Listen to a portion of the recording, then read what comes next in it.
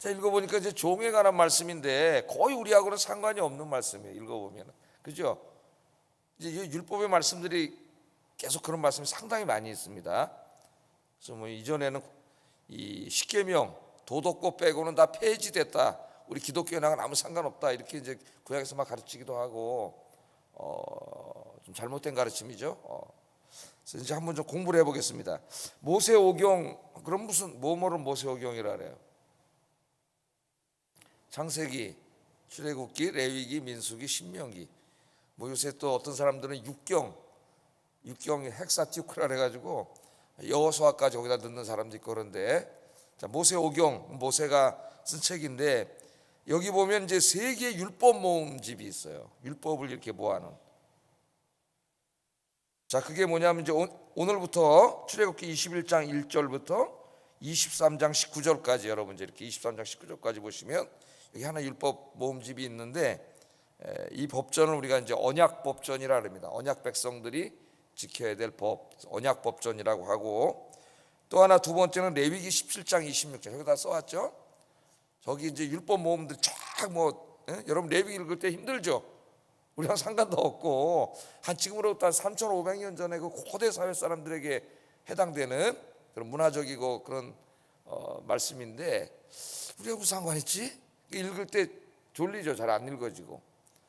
17장부터 26장까지 이걸 이제 성결법전이래. 성결, 거룩법전. 그 다음에 이제 신명기 12장 28장에 또 율법을 모아놨어요. 이것은 이제 신명기 법전이라고 합니다. 신명기는 출애굽기 2세들에게 율법을 다시 해석해서 적용하는 말씀입니다. 그래서 이제 이렇게 세 개의 모음집이 있다. 그 정도를 이제 상식적으로 여러분 알고 있는 게 중요합니다. 저기 있는 게 율법이 세 개의 모음집이 있다. 자, 오늘 우리가 이제 공부하게 될 언약 법전은 하나님의 언약 백성으로서의 이스라엘이 그 당시, 지금 출애굽할 때는 언제예요?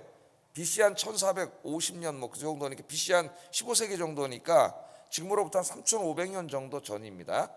그 정도의 저 팔레스틴이라고 하는 그 땅, 가나안 땅, 거기에 살고 있는 이스라엘 백성들이죠. 그 이스라엘 백성들을 이제 하나님 언약 백성으로 삼으셨는데, 그 언약 백성들이 이 땅에서 어떻게 살아야 되느냐, 하나님 믿지 않는 사람들과는 다르게. 하나님 믿는 사람도 종이 있고 믿지 않는 사람도 종이 있잖아요. 예? 그럼 저 사람들과는 어떻게 다르게 살아야 되느냐, 종들은 어떻게 돼야 되느냐, 이제 종에 대한 규례를 오늘 읽었으니까 또 삶의 다양한 문제들에 대해서는 어떻게 구별되게 살아야 되느냐 하는 것을 주신 것이 말씀, 이 언약 법전이에요. 뭐 성결 법전도 마찬가지고 신명기 법전도 다 마찬가지입니다. 그러니까 그 당시에 하나님의 백성으로 부름받았던 이스라엘 사람들이 하나님의 백성으로서 어떻게 살아야 되느냐 하는 말씀들을 주신 거예요. 그래서 이 언약 법전이나 또 이 레위기 법전이나 성결 법전이죠, 신명기 법전을 읽어보면은 인간 사회에서 일어날 수 있는 다양한 문제들에 대한 법령들이 있습니다. 여기에 예를 들면은 노예에 대한 법령, 지금 종에 대한 법령이죠. 또 사형제도, 형법제도에 대한 그런 법령도 있고, 또 뭐 여기에 이제 보면 다른 사람에게 상해를 입혔을 경우에, 또 다른 사람의 재산에 피해를 입혔을 경우에, 또 채권 채무자에 관한 법령 등, 또 간음에 대한 법령 등, 이 상당히 다양한 우리 사회에 우리가 살아가는데 필요한, 그리고 우리도 헌법이 있잖아요. 예? 그 다양한 법률들이에요, 법률들. 근데 하나님의 언약 백성이라면 반드시 이렇게 살아라고 주신 말씀들입니다. 이 말씀들이. 그런데 이제 그걸 읽어보면 그 3,500년 전에 지금으로부터 그 농경사회에 살고 있던 그 이스라엘 사람들, 하나님 언약 백성들에게 주신 말씀, 그래 그건 이렇게 그땐 종이 있었으니까 종은 이렇게 하고 이렇게 하고, 그건 이해가 되는데 오늘 전혀 다른 사회에 살고 있는 21세기 지금 산업혁명, 4차 산업혁명에 살고 있는 나에게 이게 도대체 무슨 의미일까? 이걸 우리가 좀 알아야 됩니다. 하나님 말씀이기 때문에. 그래서 좀 이제 공부를 하겠는데, 공부하는 건 어렵지 않은데요. 지금 그게 바로 어려운 거죠. 해석학적인 문제가 전혀 다른 상황 속에 살고 있는 우리에게 종도 없고 우리는 우리하고 상관도 없는 것 같은데 이 말씀이, 근데 그렇지 않아요. 그걸 어떻게 이걸 우리가 공부해야 되느냐. 그래서 이 부분에 대해서 이제 구약학자들이 여러 가지 이제 해석을 해서 이제 책도 쓰고 막 그렇게 하는데요. 가장 이제 여기 탁월한 해결책을 제시한 분이 이제 크리스토퍼 라이트라고 하는 이제 구약학자예요. 이분의 책이 상당히 많이 번역되어 있습니다. 제가 보기에는 구약학자 중에서 가장 위대한 학자다 그렇게 생각을 해요. 이분은 또 학자일 뿐만 아니라 선교사로서 전 세계를 돌아다니면서 선교하고 복음을 전하고 이런 데 굉장히 관심이 많은 정말 탁월한 학자이면서도 복음의 열정이 뜨거운 분이에요.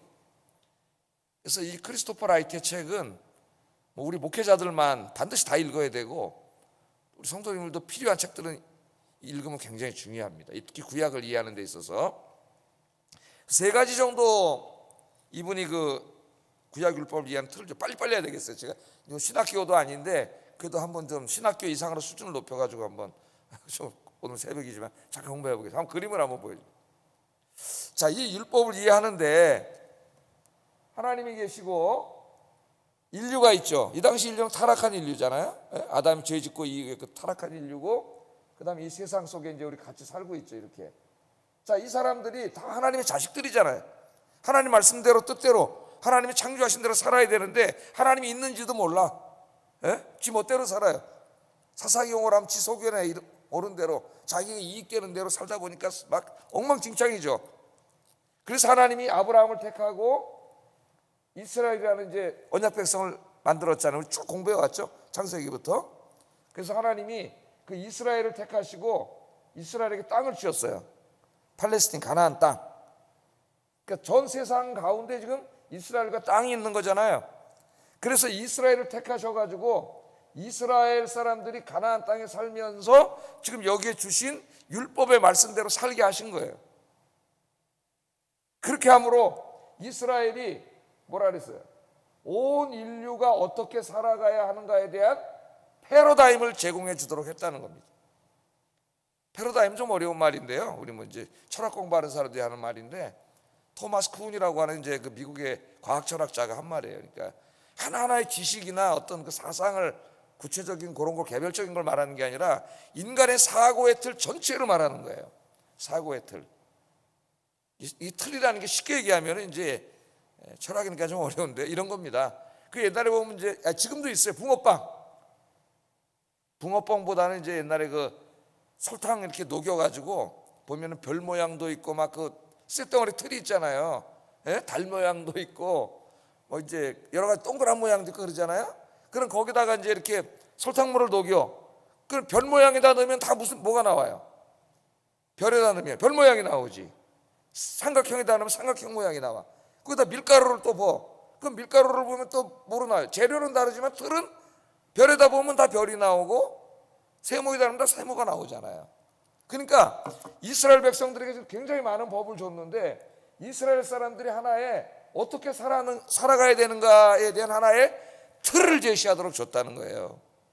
그러니까 인류가 지금 죄짓고 엉망진창으로 사는데 팔레스틴 땅에 살고 있는 이스라엘 백성들이 오늘 이제 종에 관한 규례를 읽었는데 그 종에 관한 규례의 핵심이 뭐냐면은 사회적 약자들의 인권과 권익을 보호하는 겁니다. 우린 내 종이라고 마음대로 때리고 막 발로 차고 열심히 해라 그러고 막 이렇게 이제 주변 사람들이 하는데 저 이스라엘 사람들을 보니까 굉장히 종들을 아끼고 가족처럼 여기고 사랑하고 이걸 보면서 우리가 저렇게 살아야 되겠다 하는 하나의 그 삶의 틀을 제공해 준다는 거예요. 이 말씀이 이해가 되시죠? 여기까지는. 그렇다 이제 그 말씀들이 끝나면은 그럼 우리 교회는 뭐예요? 교회는 그냥 계속 가겠습니다. 이 교회는 뭐예요? 우리하고는 상관없잖아요. 이스라엘 사람들이고. 그래서 그 다음에 두 번째 우리가 이제 또 공부해야 될 내용이 뭐냐면은 그 다음 삼각형을 좀 열어주세요. 빨리빨리 그냥 가겠습니다. 자, 이 삼각형이 또 중요해요. 자, 아까 이스라엘이었죠, 땅이었죠. 그 세상에서 하나님 언약 백성들이 그렇게 삶으로서 우리가 저렇게 살아야 되는구나 하는 틀을 보여준다 그랬잖아요. 근데 신약으로 오면은 이 이스라엘은 교회를 예표해요. 이 땅은 하나님 나라를 예표해요. 하나님 나라. 그러니까 구약 성경 읽고 이렇게 잘 사는 사람은 땅을 하나님이 복으로 주신다 그랬는데 신약 시대도 그럼 그걸 구약 성경을 읽고 나 땅 부자 되겠구나 부동산 부자 되기 그게 아니. 시작으로 오면은 땅은 이 팔레스틴 땅, 그 땅이 하나님 나라에 대한 거예요. 그래서 똑같습니다. 교회도 인류와 세상 속에 살고 있잖아요. 그 가운데 교회가 뭐가 되는 거지? 구약 시대에 이스라엘이 되는 거예요. 우리 교회가. 원리는 똑같아요. 예? 원리는 똑같아. 그래서 우리 교회가 세상의 빛이 돼가지고, 구약에는 이스라엘이 빛이었지만은 세상 사람들은 자기 소견에 오른 대로 살잖아요. 자기의 이익이 되는 대로 살잖아요. 뭐가 나에게 돈벌이 좀 많이 해줄까? 뭐가 나에게 이익이 될까? 그 마음대로 살지 않습니까? 그런 사람들에게 이 말씀이 그렇게 살면 안 된다. 세상의 빛이 되라는 말이 그거예요. 그래서 구약의 말씀이 없어지는 게 아니고 우리 교회에 와서도 여전히 유효한 말씀이 됩니다. 구약의 이스라엘은 신약의 누구예요? 교회예요, 교회. 그러나 오늘 이 말씀을 우리가 이해할 때 우리하고 상관없는 것 같은 말씀이 많아요. 제가 하나 예를 든 게 오늘 이제 약간 뒤로 돌려보세요. 그 구약 말씀에 보면은 이 율법의 말씀에 이런 말씀이 있습니다.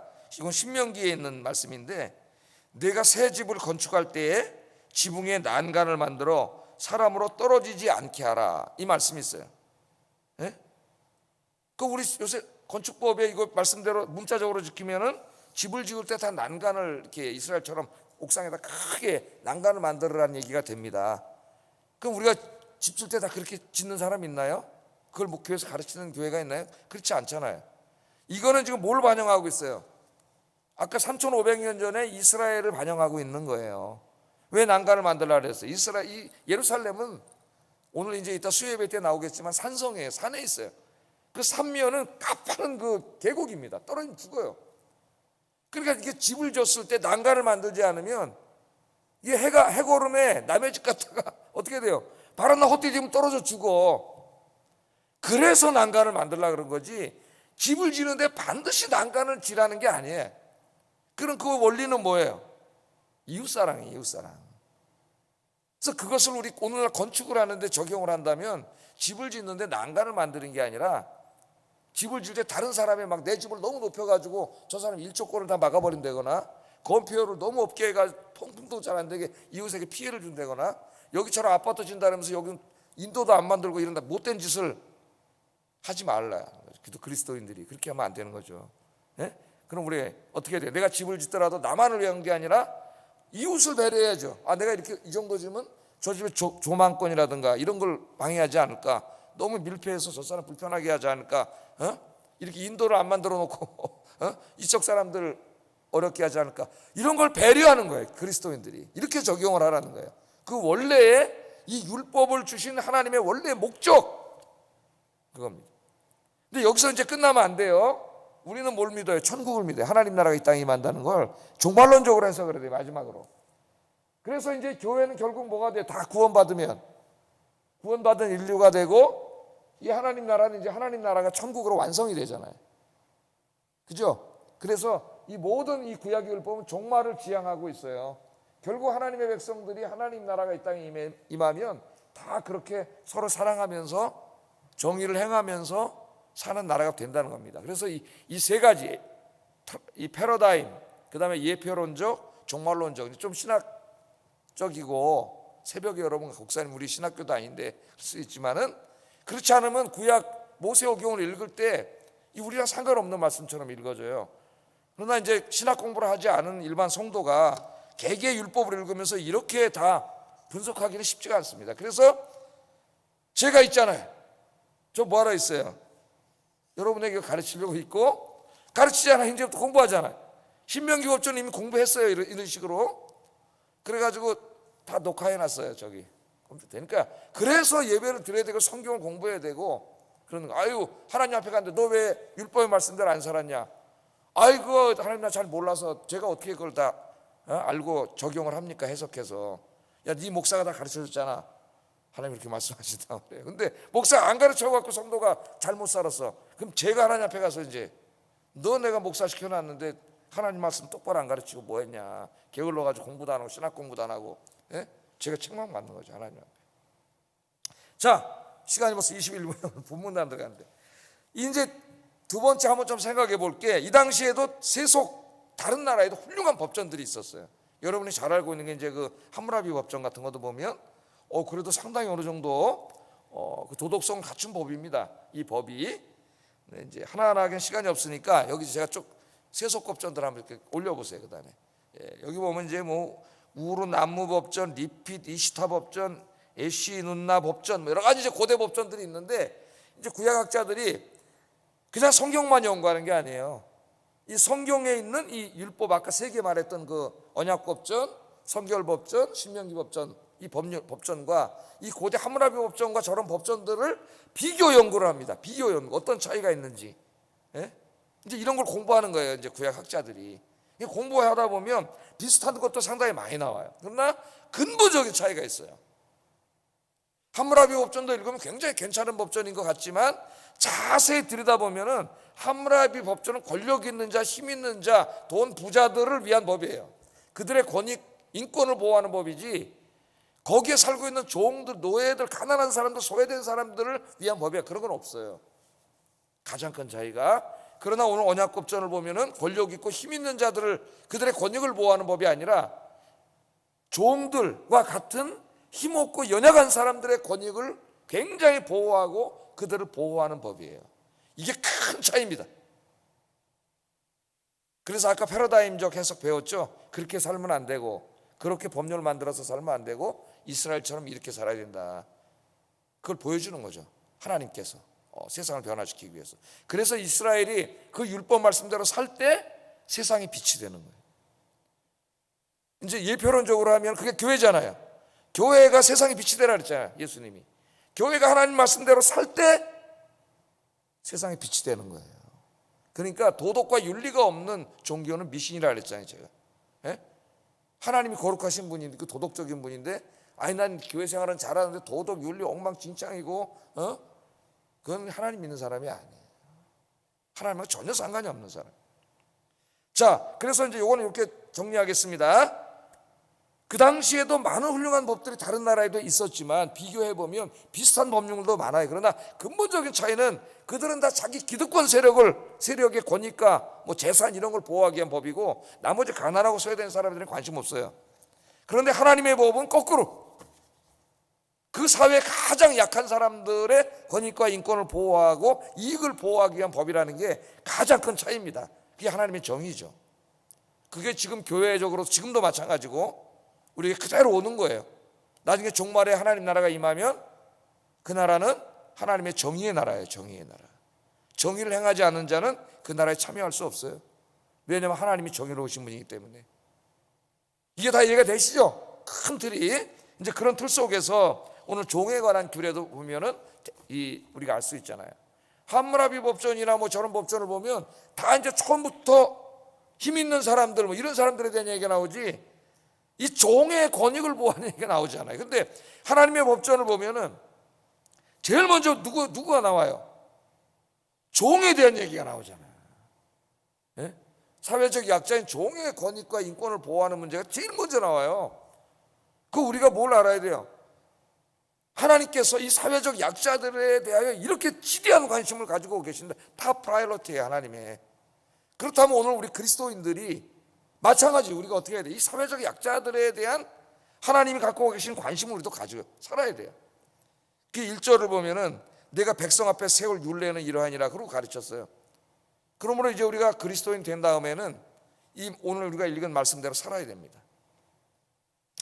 히브리 남종과 여종, 이것을 우리가 이제 이 사회에 가난하고 소외되고 약한 사람들이라고, 힘없는 사람들, 의뢰에 해당하는 사람들이라고 생각을 하면 오늘 하나님의 관심이 어디 있다 그랬어요? 그들의 권익, 인권, 이익 이런 걸 보호하는 데 있다 그랬죠?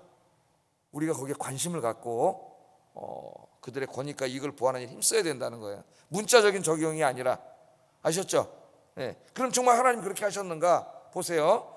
내가 히브리 종을 사면 그는 6해 동안 섬길 것이요 7째에는 몸값을 물지 않고 나가 자유인이 될 것이나. 그러니까 남종이 이제 샀어. 내가 종을 내 돈을 주고 사왔어요. 종을.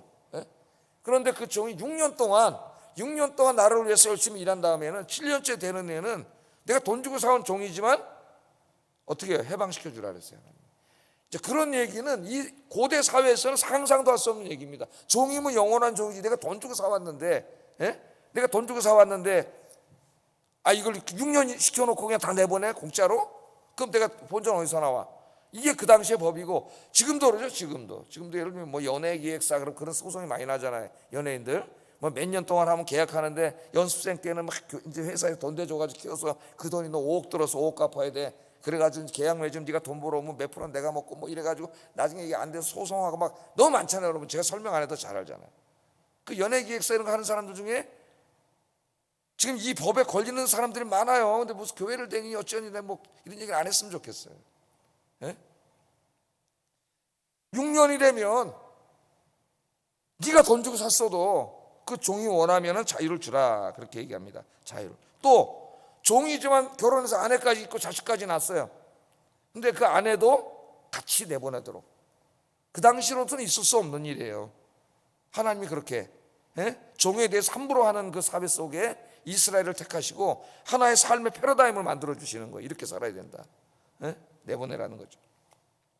그러나 이제 또 복잡한 문제가 있습니다. 예외적인 경우가 4절 한번 읽어볼까요? 시작. 그의 아내가 아들이나 딸을 낳았으면 그의 아내와 그의 자식들은 상전에 속할 것이요 그는 단신으로 나갈 것이니라. 근데 그 아내가 종의 아내가 주인이 준 거예요. 주인이 돈 주고 산 여종이 있는데 그 여종을 이제 아내로 준 거야. 자기 돈이잖아요 원래 재산이. 근데 준 거예요. 종이 마음에 들어서. 너 결혼할래? 그랬더니 종이 예 결혼했어요. 그런 경우에는 6년이 돼도 그 사람은 나갈 수 있지만 그 부인과 애는 못 나간다는 겁니다. 뭐 그런 게 어디 있어? 결혼해서 애를 낳는데 우리가 그렇게 이야기할 수 있죠. 5절 6절 한번 읽어보겠어요. 시작.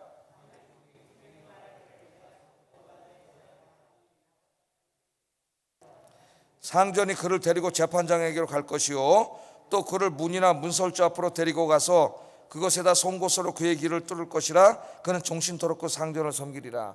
그러니까 이거는 뭐냐 이제 잘 생각을 해보세요. 하나님이 무슨 이렇게 족쇄로 채우는 게 아니라 6년 있으면 이 사람 나가야 되지 않습니까? 내가 아무리 비싼 돈을 주고 노예로 사왔더라도. 근데 이제 그 당시에 종들이 결혼하기도 쉽지 않고 근데 여종하고 이렇게 사랑하는데 보니까 이건 주인의 재산이잖아요. 이걸 어찌할 수가 없고 이럴 때 주인이 사랑을 베풀어서 너 그럼 얘하고 결혼할래? 그렇게 했다고 생각을 해보세요. 그러면 주인이 그 자기가 산 여종을 이제 이렇게 종에게 줄 때는 거기는 계약이 있는 거예요. 그 뭘 전제로 하겠냐면 너는 이제 평생 결혼해서 아이를 낳고도 어떻게 돼요? 6년 후에 자유가 없고 나와 살아야 된다는 것을 누가 결정하는? 주인이 결정하는 게 아니라 그 종에게 결정하도록 하는 거예요. 종에게. 근데 여기 지금 여기 나오는 종을 우리 신약 시대에 나오는 로마 시대 노예라고 생각하면 안 됩니다. 막 때리고 막 자기 멋대로 그런 게 아니고 여기 히브리의 종은 지금으로 말하면 하나의 그 집사와 같은 거죠.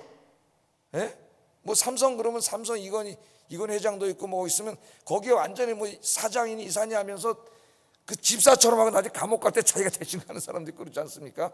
근데 그 사람들 돈 수백억 있죠. 재산 다 챙겨주고 이제 뭐 똑같지는 않지만은 그 재산도 가질 수 있고 자기 집도 가질 수 있고 삶이 그 당시에 가난한 사람들의 삶보다 훨씬 나은 삶을 살 수 있어요. 이런 부잣집의 종이라는 게 굉장히 좋은 직업이에요. 일종의 이 당시에는. 그러니까 이제 그럴 경우에는 자기가 결정을 해야 되는 거예요. 근데 이런 안전장치를 안 두면은 어떻게 되겠어요, 여러분? 저 사람이 이제 내가 사왔는데 4년 됐어요. 그럼 2년 후에 나가야 되잖아요. 2년 후에 나가는데 보니까 주인이 보니까 여종 자기 재산이 여종하고 둘이 너무 사랑해. 2년 있다 나갈 건데 이거 주겠어요? 안 주지? 줄 리가 없잖아요. 그냥 내 재산을 주는데 사랑해도 결혼을 못 하는 거예요. 그래서 하나님이 이런 법을 준 거예요. 그들을 위해서, 주인을 위해서가 아니라. 그럼 너 너무 사랑하는데 결혼할래? 그럼 그 종이 생각하겠죠. 내가 이 여자를 너무 사랑하고 직업도 괜찮아. 돈도 받고 다른 사람보다는 경제력도 좋아지고 집도 있고 그 여자 너무 사랑하고 그럼 좋습니다. 너무 감사합니다. 그리고 결혼을 하면 그때부터는 이제 영원히 그 주인과 함께 살아야 된다. 그런 말이니까 이 말씀을 읽으면서 또 화를 내요. 어떤 사람 성경 잘못이 하나님 뭐 이런 하나님이 있냐. 그게 아니라는 거예요. 누구를 보호하기 위한 거예요? 다 종들을 위한 거예요. 종들을 위한. 그 당시의 문화 속에서 최대한 하나님께서 종들의 권익과 인권을 보호하는 말씀이에요. 그 다음에 여종에 관한 말씀이 나오는데 오늘 이제 벌써 31분인데요 여종에 관한 말씀도 마찬가지입니다. 여기 이제 뭐 이렇게 시간이 많이 가서 제가 더 상세하게 적용하지는 않겠지만은 여기 있는 모든 규례들도 다 그 여종의 권익, 인권을 보호하기 위해서 주신 말씀이에요. 그 당시 사회에서 종들을 함부로 대하는 사회에서 그렇게 살면 안 되고 여종이든 남종이든 최대한 그들을 하나의 인간으로, 오늘 여종에 대한 거 보면 자기 며느리로 삼을 수도 있고 그런 경우에는 딸처럼 대하라 그랬어요. 또 이제 여종들은 대부분 이게 두 번째 부인이나 뭐 이런 역할을 했는데 그런 경우에도 함부로 대하지 못하게 하고, 만약에 남편이 바람을 피거나 이러면 어떻게 돼요? 그 여종에게, 그 부인에게 주는 모든 그 재산과 이런 것들을 다 주도록 했고, 세 가지 안전장치를 뒀어요. 읽어보시면 그걸 어기면 속전을 내지 않고 그냥 자유가 됩니다, 여종이. 그러니까 이 당시로는 정말 혁명적인 거예요. 혁명적인 거. 그러니까 지금으로 말하면 노동자들의 그 권익을 그까지 뭐 최저임금 얼마 하냐 이 정도가 아니라 사회적으로 엄청나게 하나님께서 보호하는 법을 만든 거죠.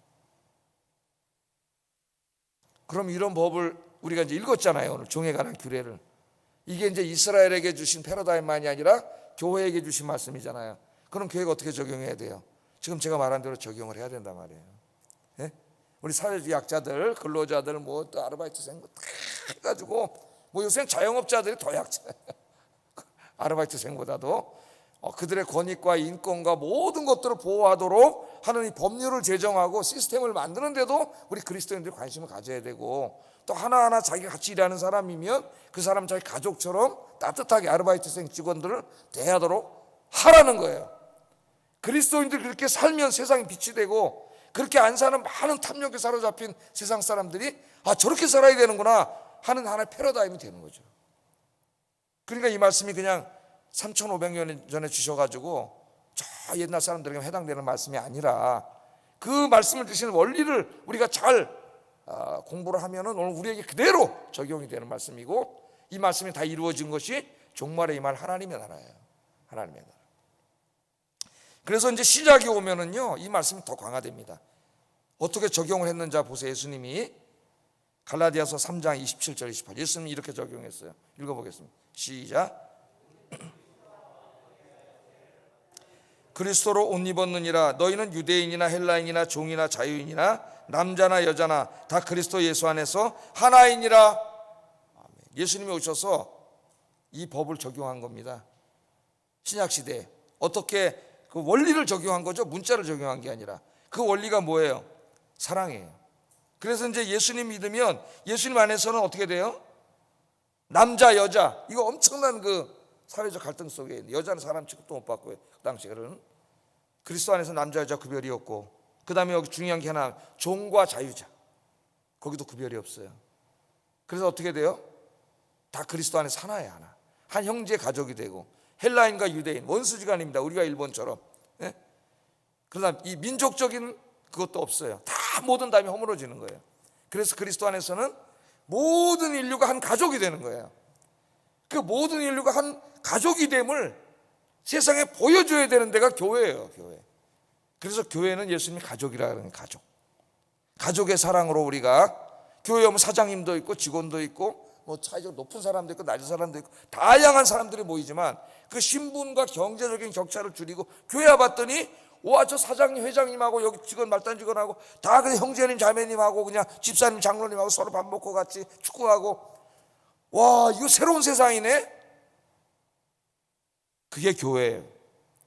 그래야 교회가 세상에 빛이 되는 거예요. 그러나 오늘 그걸 못하는 거죠. 교회가 지금 빛이 되지 못하는 거예요. 그래서 그 안타까운 모습이 나타나는 게 이제 야고보서에 나와요.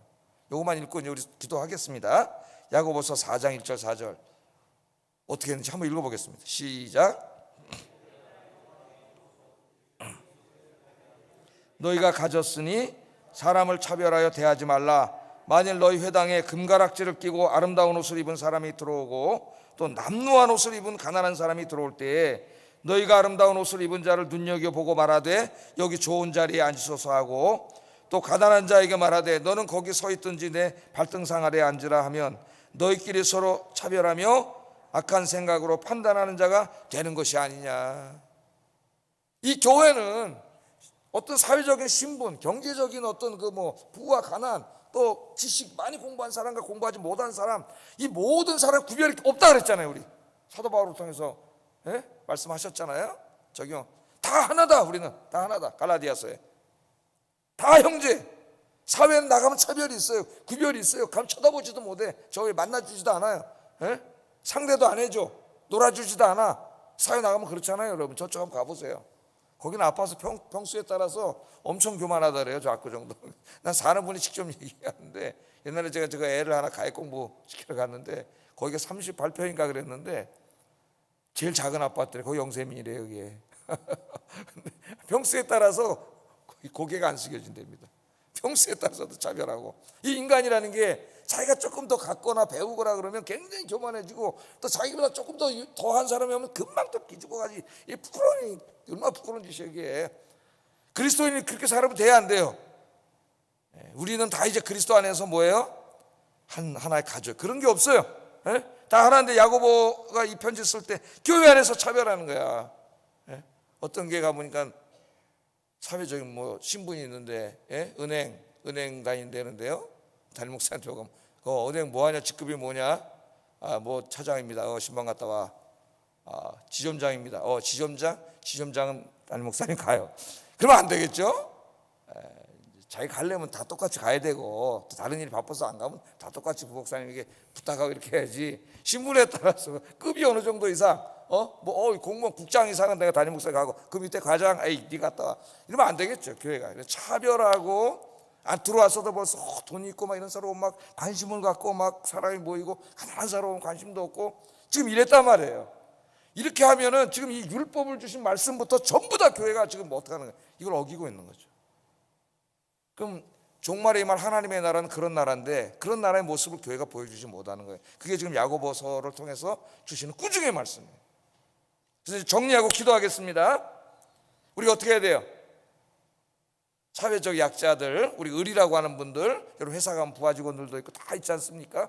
다 사랑하고 그들의 권익과 인권을 존중해주고, 정말 주님의 사랑으로 품어주는 우리 그리스도인들, 또 교회가 되기를 주의 이름으로 축복합니다. 그래서 요새 어떤 회사들은 굉장히 수평 문화가 많이 들어와가지고, 우리에 다니는 회사도 보니까 말단 직원하고 저 높은 사람하고 인터넷으로 회의를 하는데 옆에서 가만히 들어보니까 깜짝 놀랐어요.